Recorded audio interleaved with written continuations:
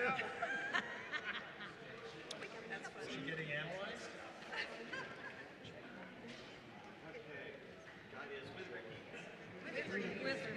Tell her. At the end, no repeats, but this time with. Bob, try to sing it in the right note.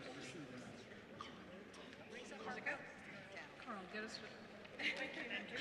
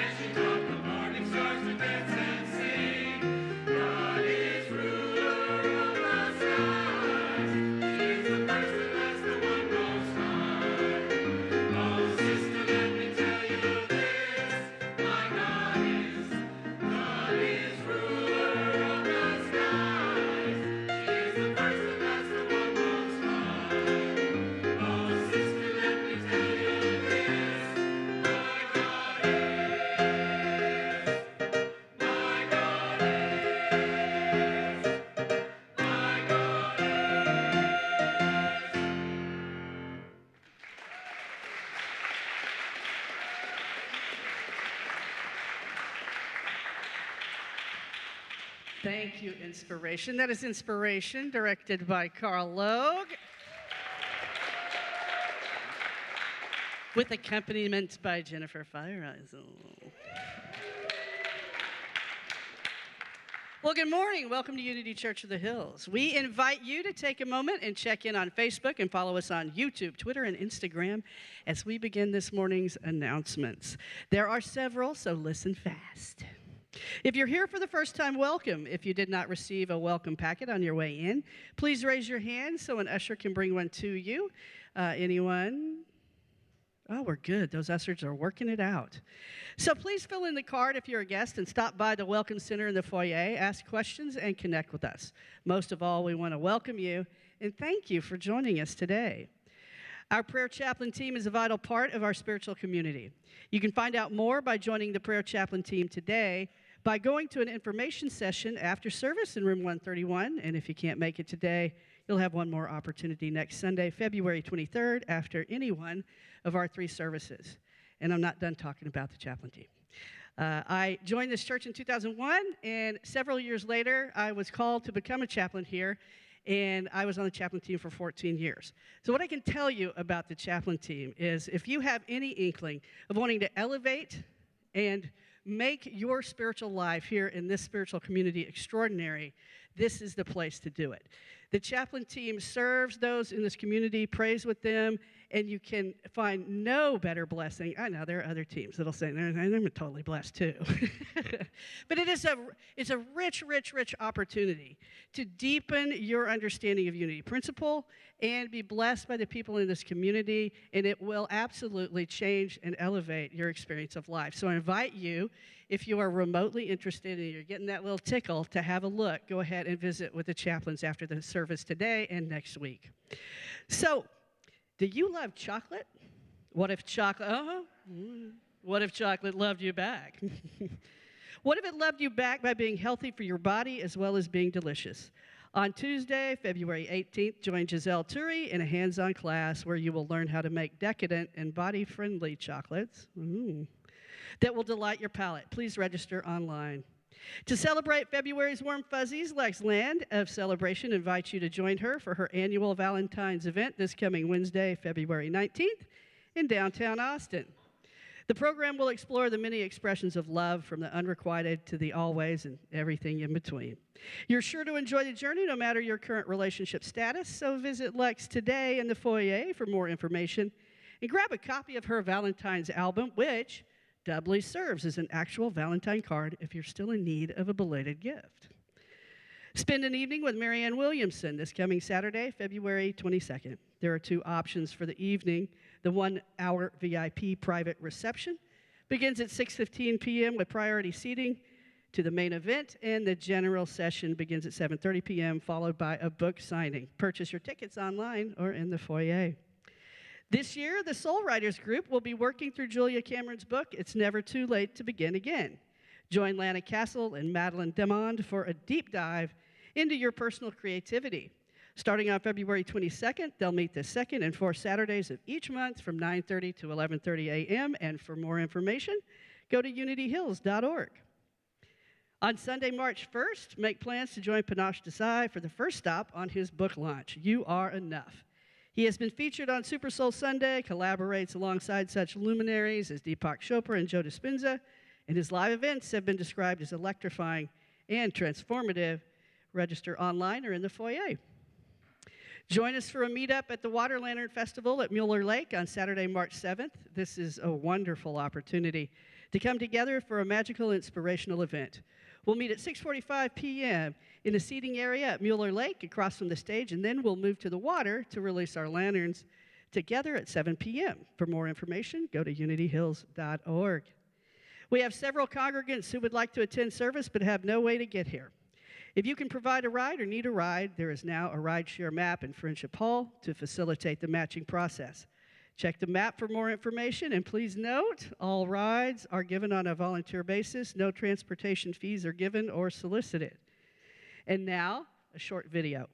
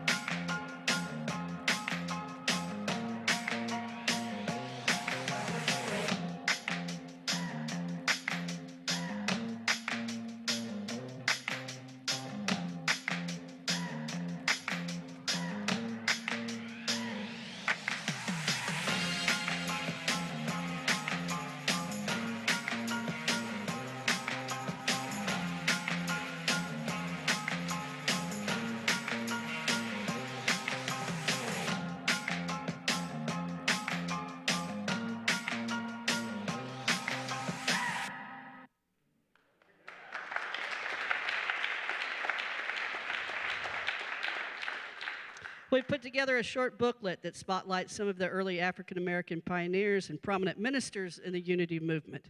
These include Reverend Sally Taylor, who served as senior minister of Unity of Austin in the late 1980s. So please pick up a copy of a booklet at the Welcome Center and pay tribute to these extraordinary individuals as we celebrate Black History Month.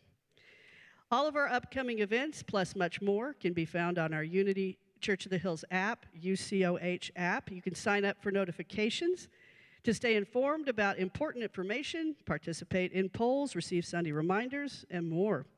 Download our app today by texting UCOH app to 77977. And as we move into a more sacred time, we now invite you to silence your phones as we begin our worship service.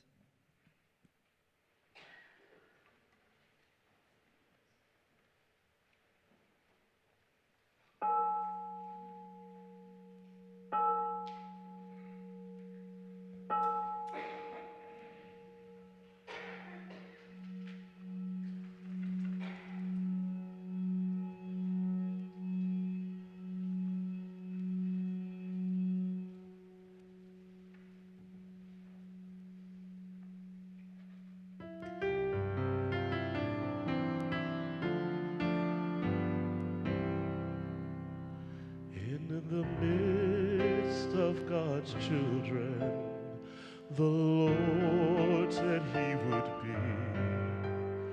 It doesn't take very many.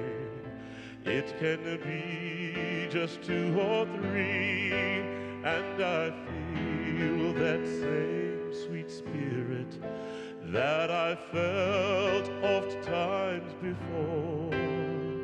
Surely I can say that I've been with the Lord. Surely the presence of the Lord is in this place.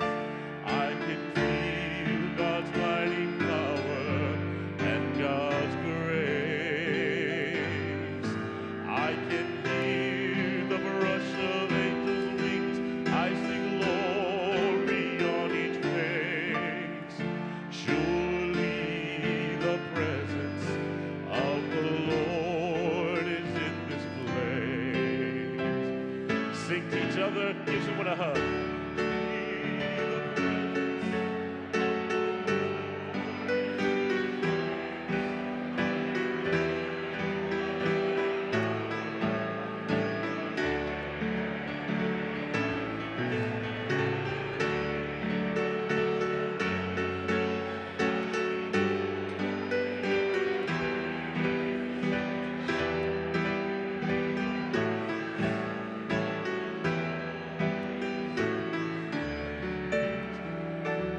We ask that you please be seated.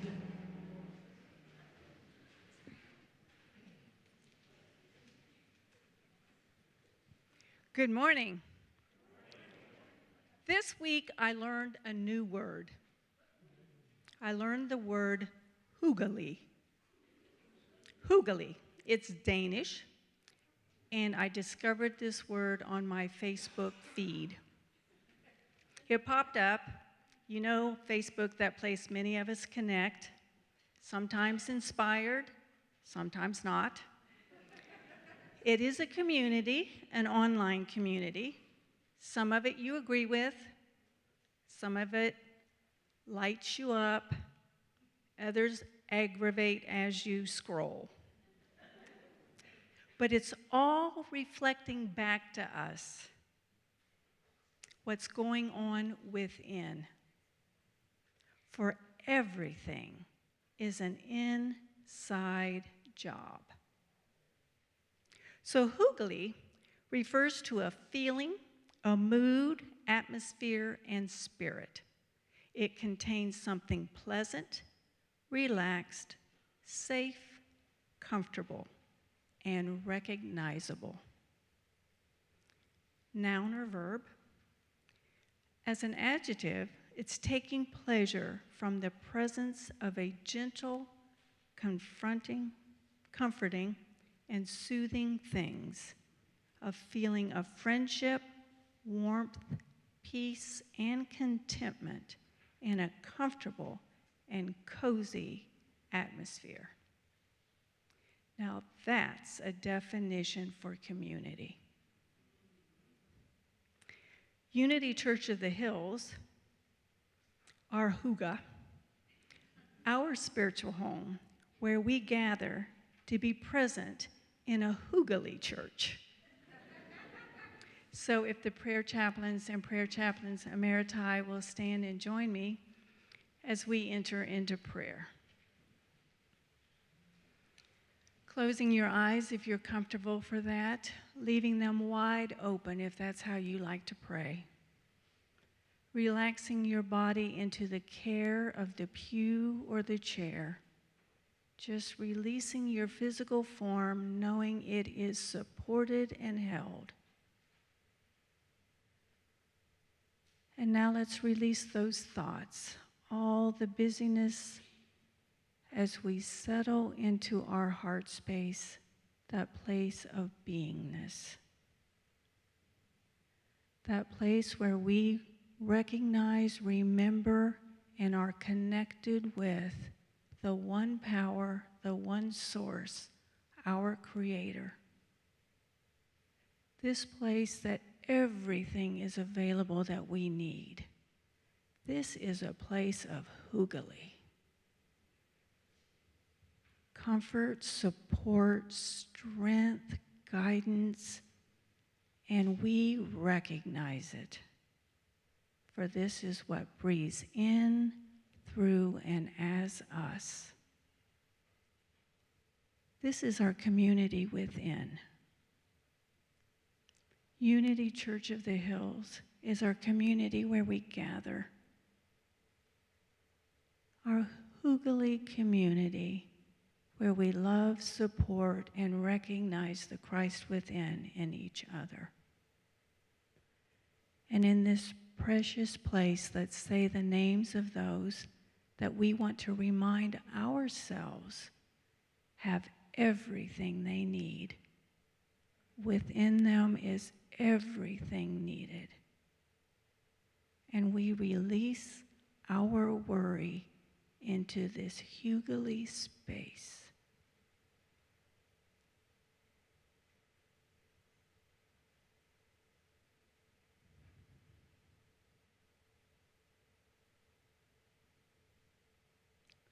Thank you, sweet Spirit, for our radiating hearts and our knowing all is well, for there is nothing but God here. In gratitude for John and our talk today, our staff, our board, all our volunteers, and in gratitude for each one of us as the divine breathes in, through, and as us in our spiritual home, Unity Church of the Hills. And so it is, and so we let it be. Amen. We ask that you please stand and sing along the congregation song.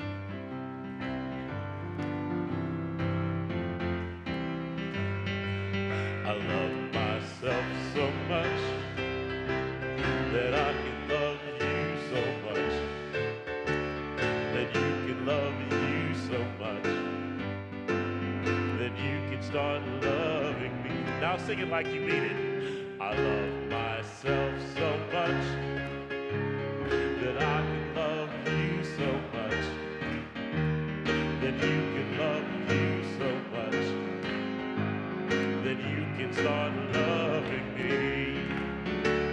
I love myself so much that you can love you so much, that you can love you so much, that you can start loving me. I love myself so much that I can love you so much, that you can love you so much, that you can start loving me. Now hug yourself.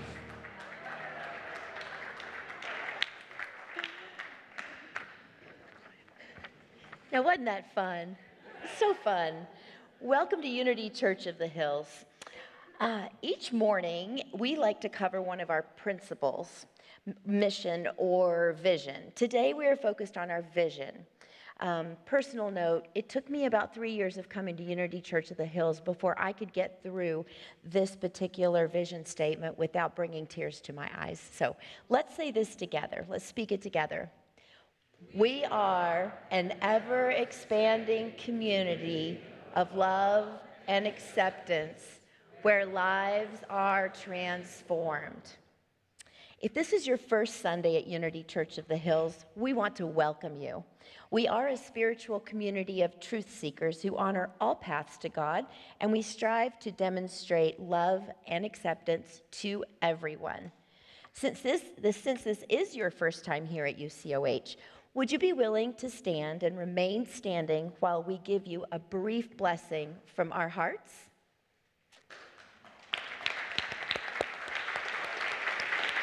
Thank you. Thank you. Remain standing. I ask the congregation to repeat after me.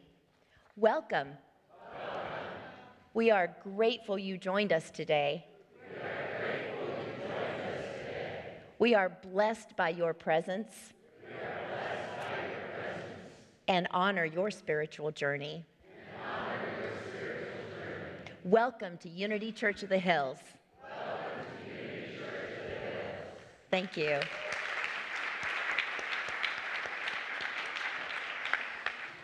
Since last fall, the UCOH Board of Trustees has been engaged in determining the next best steps for UCOH and has been in conversation with Unity Worldwide Ministries to discuss the possibility of a transitional ministry team. As we mentioned last week, Unity Worldwide has identified and proposed 2 individuals, and they will be joining us next Sunday. Here's a quick introductory video from Reverend Elizabeth Longo.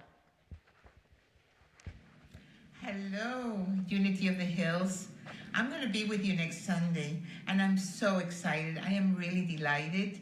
And I'm going to be talking about going through changes consciously with love. There's always a call to love, a call to becoming, a call to transform ourselves into what we were meant to be. And how do we do this individually and collectively?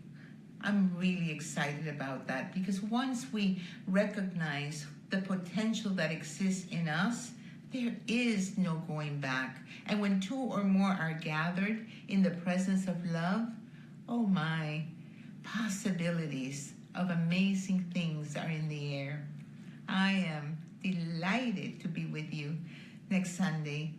Blessings and have an amazing week. Namaste. God bless you.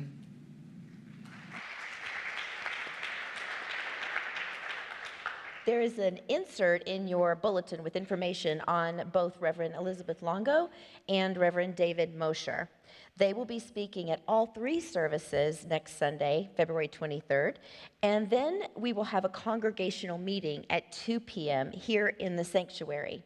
The board will be asking for your feedback so they can make an informed decision centered in spirit about the next important step in the life of our spiritual community.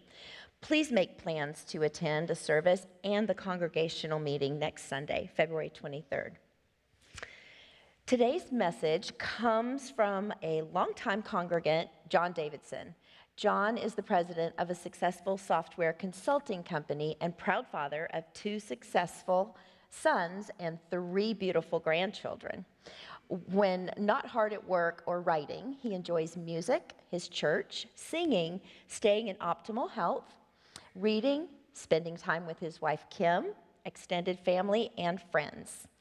He lives by a core set of principles, and his goal is to keep moving, growing, learning, and to never take your foot off the gas when it comes to living life to the fullest. He's written and published 3 books, 2 of which are available in the bookstore following services. John, would you stand so we can welcome you?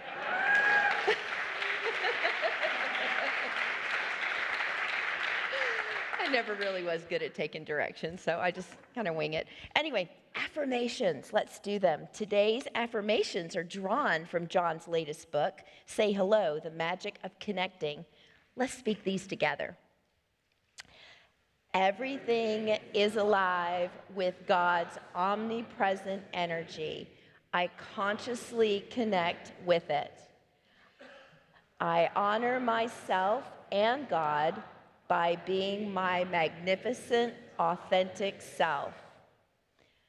Vulnerability is one of my greatest assets. I am willing to be open and real. I boldly accept people exactly as they are and choose love in every situation. So it is, and so I let it be. Amen. Now we invite Julie McClendon to lead us in meditation.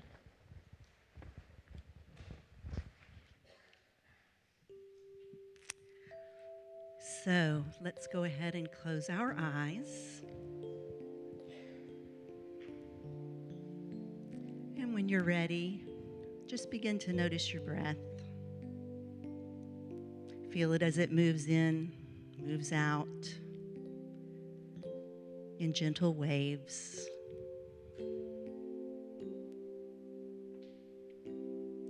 And let this breath relax you. A nice, full, easy inhale. And then an exhale that releases any sort of tension or worry, any busyness. Just let that roll right off of you into the floor below.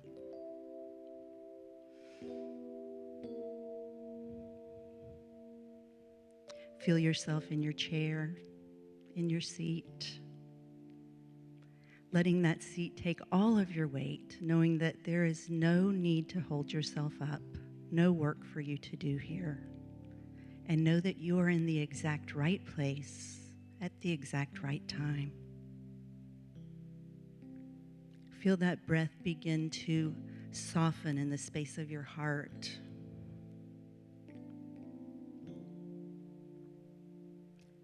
And imagine as that breath enters your body, it's the warm golden light of love, the golden light of peace, the golden light of comfort. Let it spread throughout your entire body, knowing that everything you need is right here, right now, inside of you.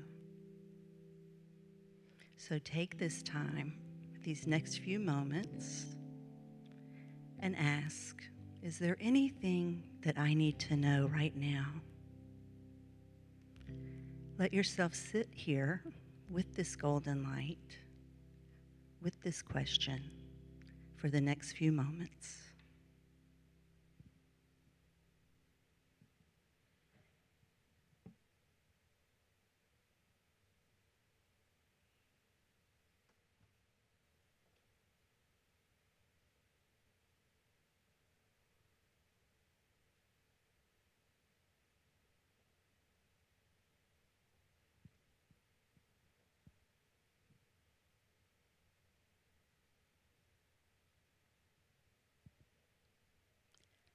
And now, let your breath begin to deepen.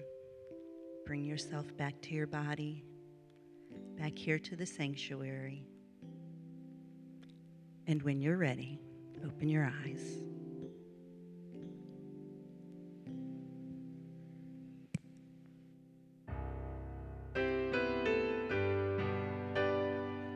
Our Father, which art in heaven, hallowed be thy name.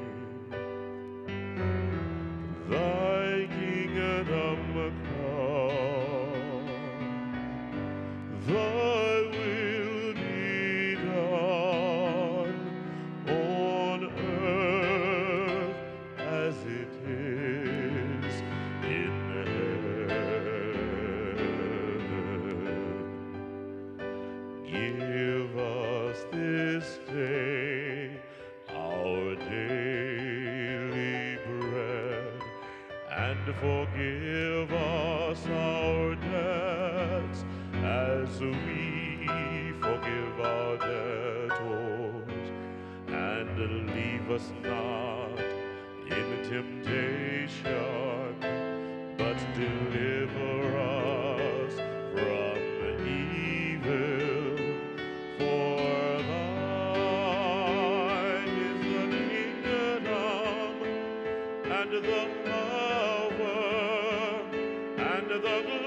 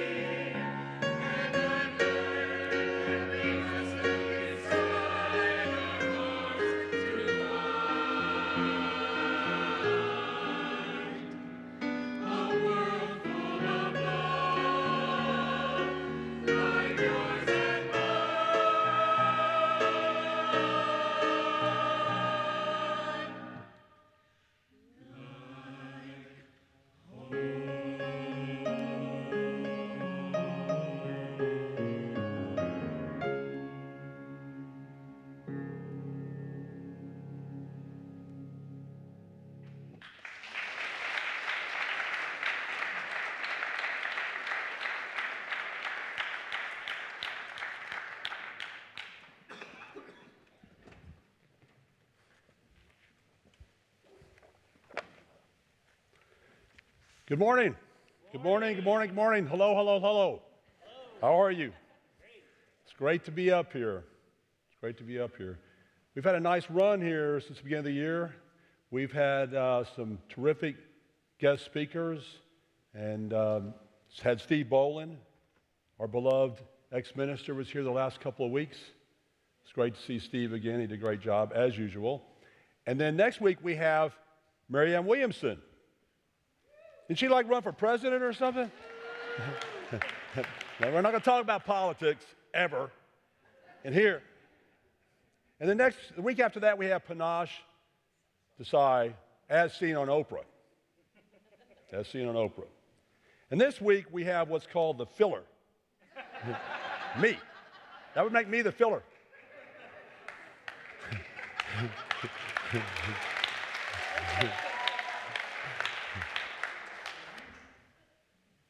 Today's talk is entitled, Hello, the Lost Art of Connection. Lost art of connection. Now, we don't really have a problem connecting with one another around here, do we? No. Not at UCOH, otherwise known as the Universal Center of Happiness. And we don't have a problem with it, do we? Where this place is all about connecting. A community of love and acceptance where lives are transformed. When you can walk in the door of this church and come from any background, and you will be loved and accepted for just being you. What a concept, right? And so we have a very diverse congregation for that reason. I like to refer to us as the land of the misfit toys. That's why I fit in here. But beyond this laboratory, this beautiful place that we think of as, or that we know of as Unity Church of the Hills, how are we doing in the real world? How are we operating out there? Are we taking these same principles and concepts of love and acceptance and forgiveness and applying those to our lives in our everyday encounters with other people? Are we doing that? And also, not only are we taking initiative that way, are we receptive to ideas coming from other people, or are we just killing the messenger? Are we closed off from it? Because God is always in the midst, right? Everything is a divine encounter, whether you're on the phone with someone, but when you're connecting with another human being, it's always divine. For example, I was in the grocery store fairly recently with my son, Darren, and we're walking along, we're chatting it up, and Darren, I'm sure he referred to me as Dad, as he normally does, and some guy just comes around the corner and plants his basket right in front of Darren and just stops Darren in his tracks. And we're like, what's with this? And the guy says to Darren, he says, you see that man right there? As in me. He said, you need to cherish every moment with that man. Because I lost both of my parents by the time I was 29 years old, and I would do anything to spend another day with my mom or dad just shopping in the grocery store. He said, do you understand what I'm saying to you? And Darren's eyes are like wide-eyed. He's like, yes, sir, I do.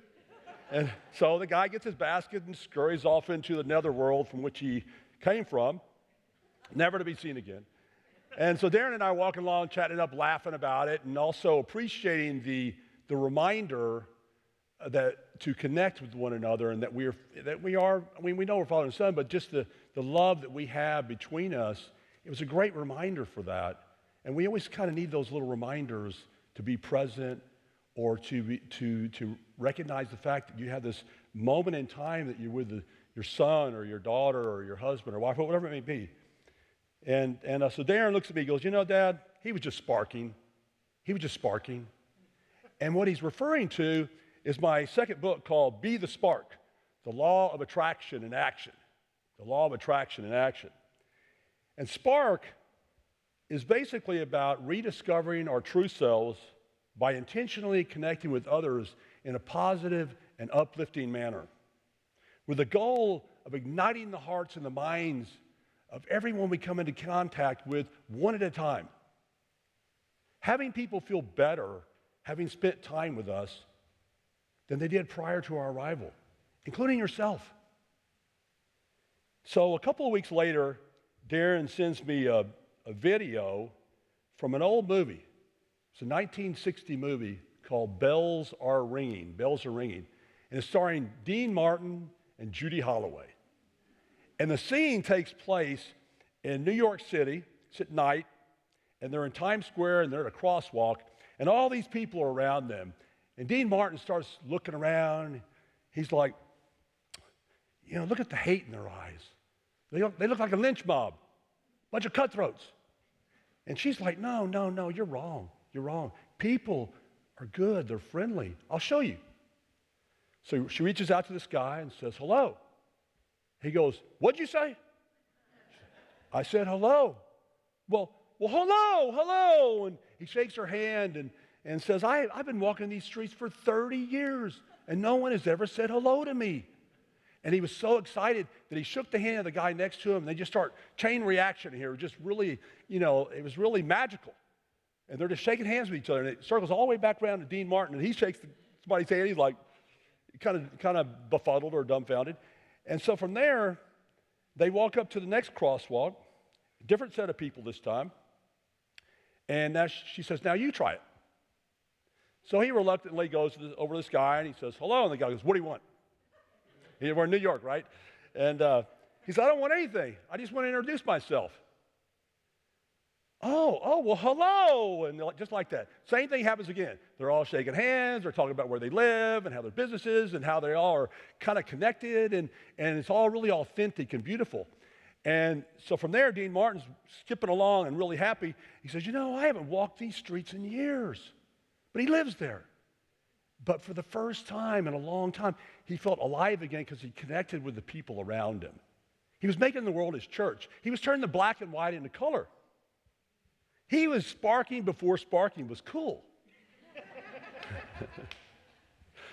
So where are we from 60 years ago in 1960 to now? I'll tell you where we are. This is where we are, right?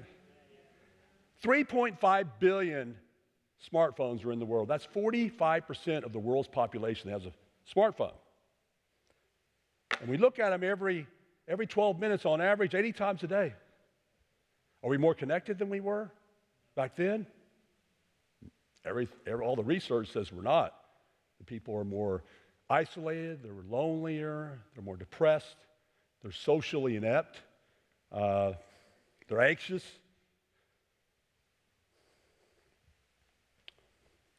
And the thing is that you see them everywhere, right? It's just this proliferation. So everywhere you go, whether in the airport or in an elevator, everybody's got their phone. They're just like, they don't want to talk to you, and I always just talk to them just to try to mess with them. But they're on their phones wherever they go, and, they're in their cars, you name it. And, for example, my wife Kim and I were in Seattle not all that long ago. It was during the holidays. Have any of you ever been to Seattle? I know this is Jim and Betty Skaggs' old stomping grounds, Seattle. And we were down in this area they call Pike Place Market. Yeah, and it's been around since 1907. And it's where the original Starbucks is located. And this area of Seattle, or just Seattle in general, is absolutely gorgeous when there isn't any rain. And there wasn't any rain. And we were like, wow, this is spectacular. We're walking around, there's people everywhere, it's a touristy thing.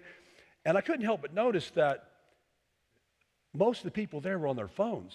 And they weren't like this, they were like this.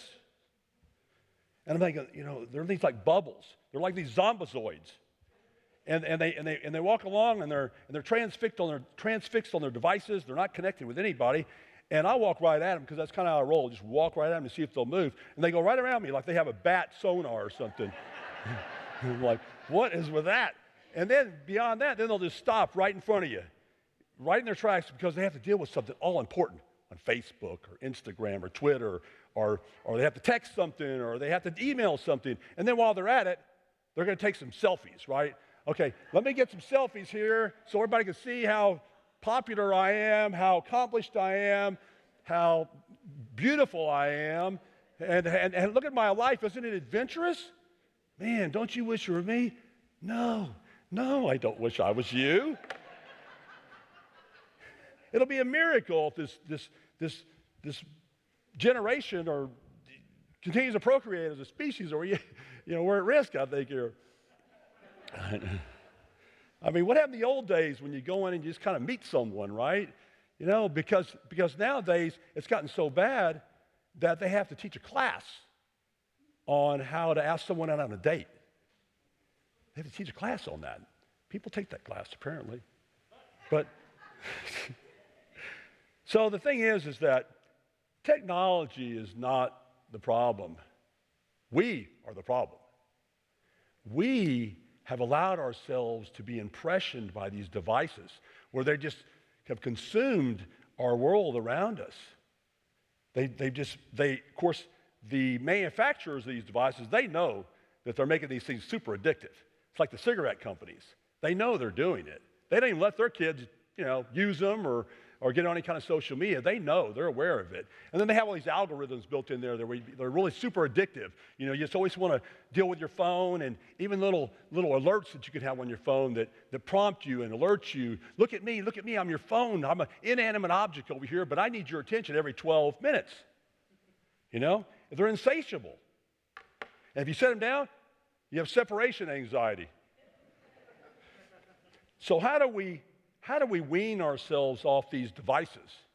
How do we start connecting more in the real world with people? Well, I would think it starts with awareness. Instead of every 12 minutes, let's limit our time to on our phone. How about to every hour? Say when you go to the gym, leave it in the car. I promise you, the world will not come off its axis if you don't check your phone for an hour. Okay? Or if you go to a restaurant, you go in there, leave your phone in the car. You see couples in there, they're both on their phones.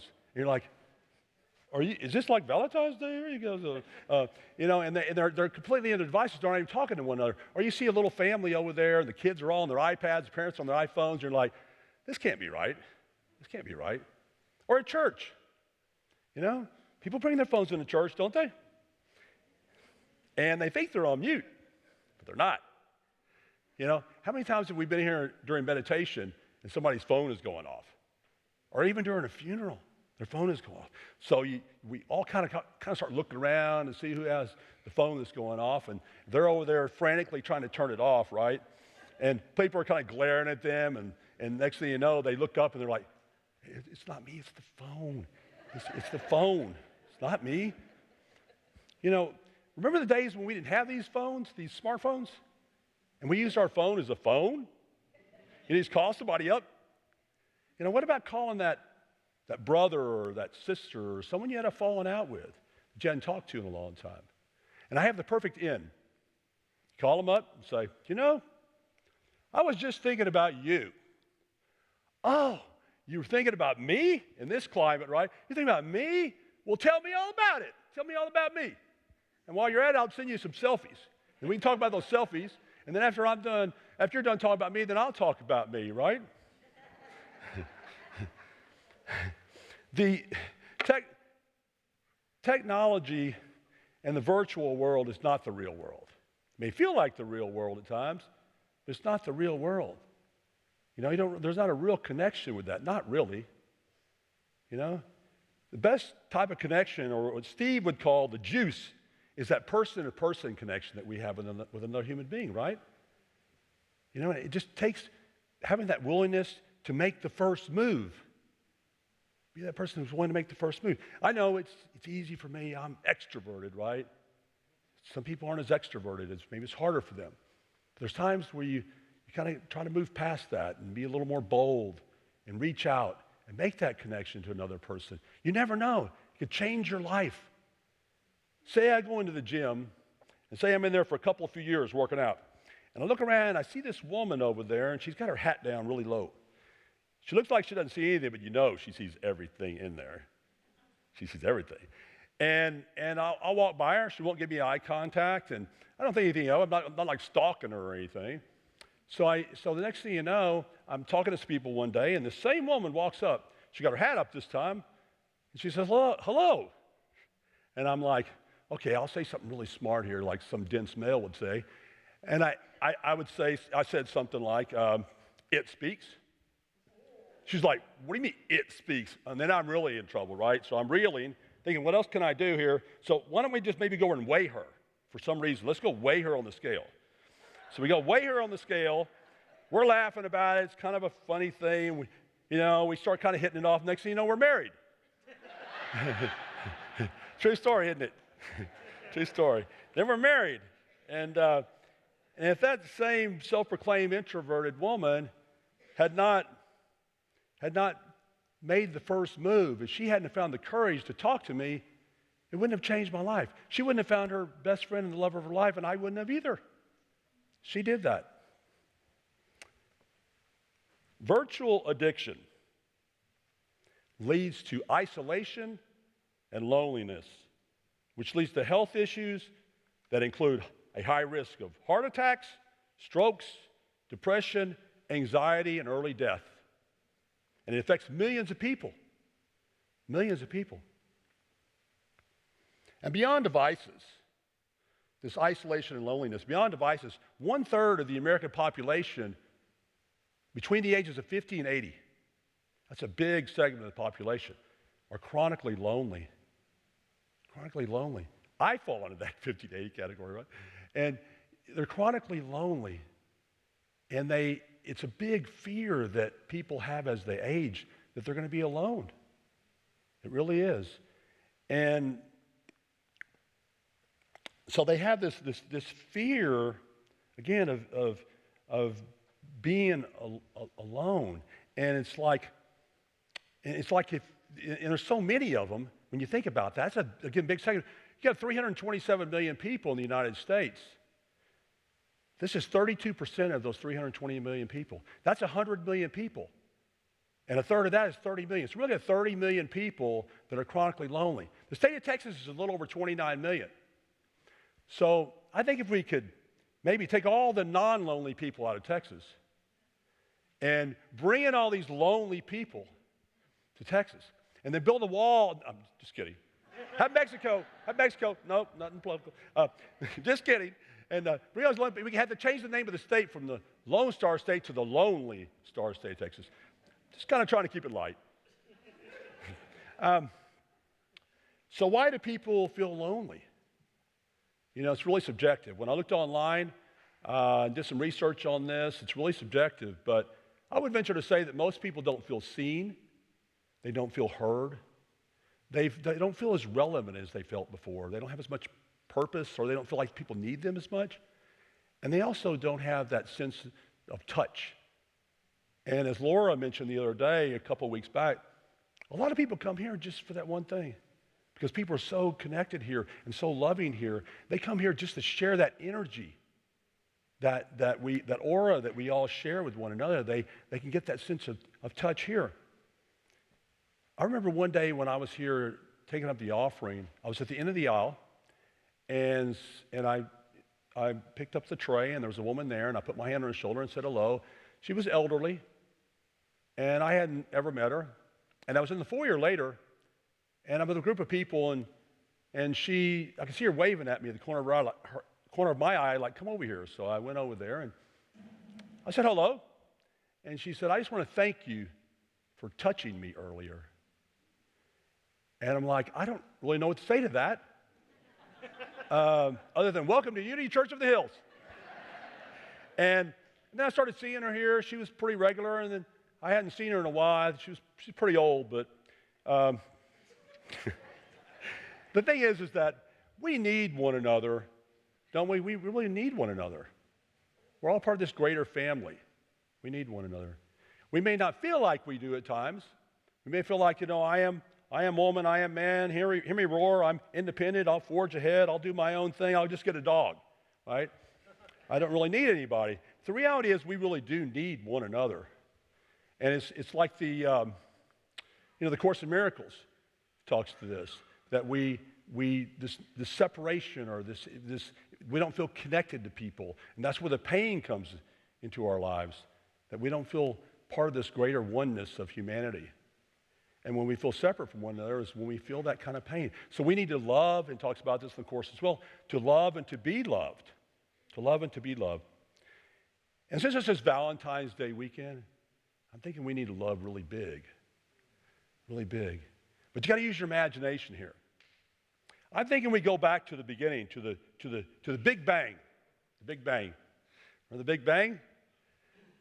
The Big Bang, according to astrophysicists, is this little tiny particle, this little God particle, they call it. And it's 1/trillionth the size of the head of a pin. And in that tiny little particle is all the space, the energy, and the matter that we know of as the known universe today. And when I think about that, I think that God and God's omni-intelligent love so yearned to express that love that this particle got super hot, much hotter than the sun. The sun's like 27 million degrees. This thing was like billions, hundreds of billions of degrees hot. It's so hot, unbelievable. And it got so hot that it exploded and created the entire universe, a lot of it in less than a second.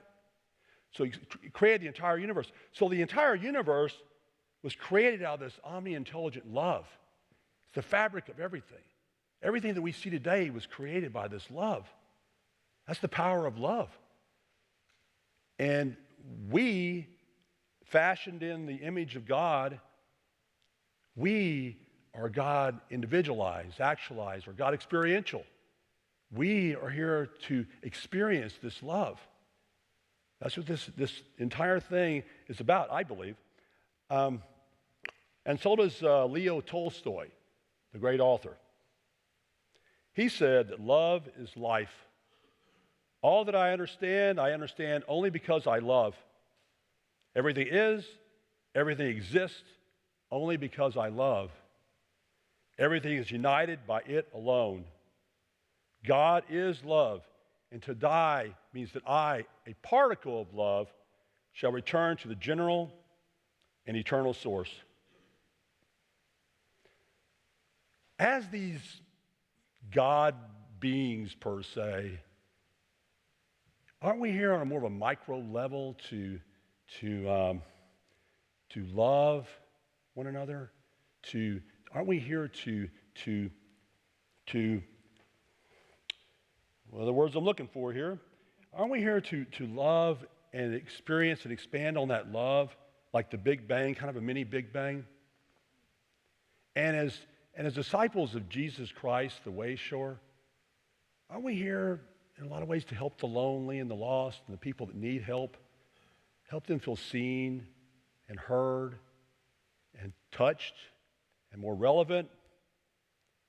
Again, loved and accepted. We're all transformed. We all go to a higher state of consciousness. Isn't that what this is kind of about? So be that spark that ignites the world one person at a time. And the law of attraction will kick into action. The universe will shower your life down with God's grace. The more you give out, you will receive back 1,000-fold. And the simple and easy thing about it is, it just starts with a hello. Thank you.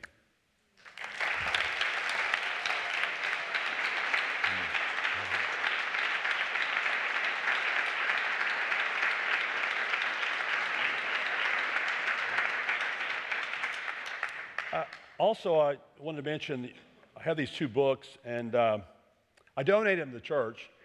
So the proceeds go to Unity Church of the Hills. There's 300 books. We sold some in the first service. We have quite a bit more people here this service, so maybe we can sell out the rest. They're $10 a piece, kind of a discounted price. If you like them, maybe you can write a review on Amazon. I have none. This one's brand new. You will be the first people that have ever read this book, and probably a lot of the first people who read this book too, actually. So anyway, I hope you pick them up. I'll be out there in the foyer signing them. And so we're looking at $3,000 for the church if we sell these books. And if we can do that, I tell you what, we do that, I'll throw in another 1,000 on top of that. I really will. So, but we got to sell them all.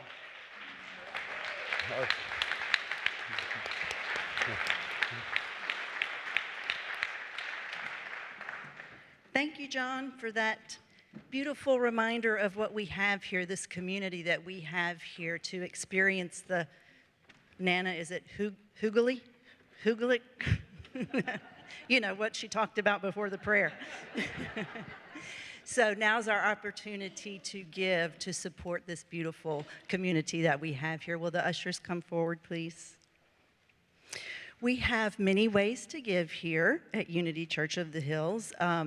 You can, of course, put into the offering basket. We also have texting is an easy way to give. And you can also give online or at the kiosk out in the foyer.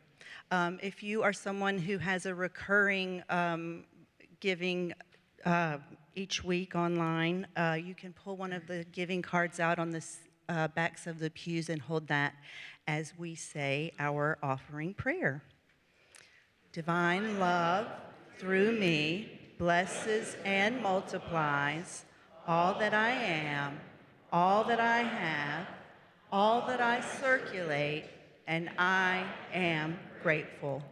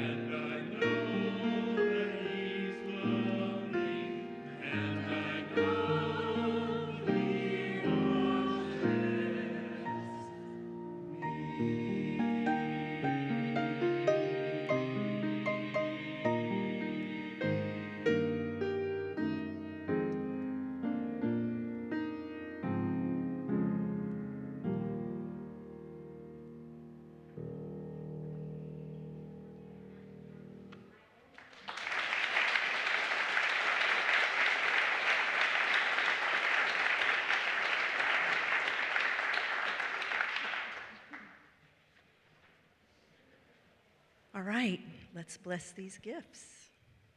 We say thank you, thank you, thank you. We are so grateful for these gifts and all of the potential that they hold. We bless the gifts and we bless the givers. And so it is. Amen.